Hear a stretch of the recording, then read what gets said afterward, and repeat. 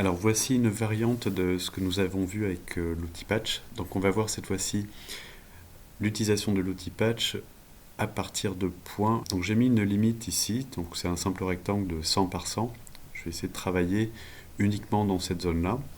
Alors je vais reprendre l'outil Patch, ici.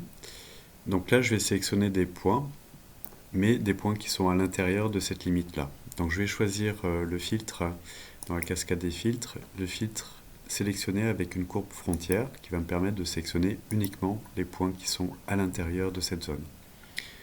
Je lance la commande. Donc je vais rajouter des segments, donc je rappelle que ça va influencer directement sur la précision du modèle, un carré qui faisait 100 par 100.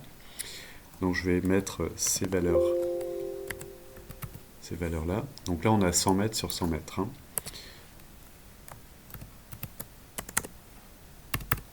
Voilà.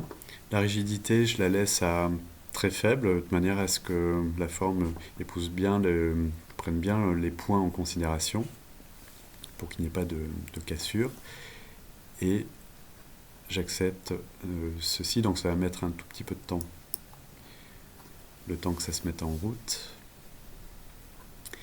Et ensuite, donc une fois le modèle généré, je vais utiliser cette limite, parce qu'on va avoir un terrain légèrement plus grand ici, donc on va utiliser ce rectangle-là, enfin ce carré, de 100 mètres sur 100 mètres pour limiter cette zone proprement sur les bords. Ça ne devrait pas tarder à arriver. Je vais changer, on ne peut pas changer de vue.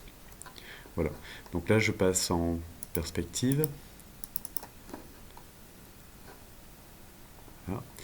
Donc j'ai ma surface maillée, donc là on est sur quelque chose de quand même assez précis.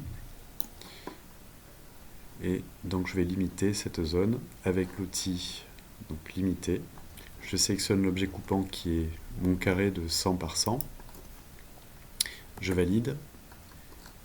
Et ensuite je clique sur la surface de manière à ne garder que ces éléments-ci.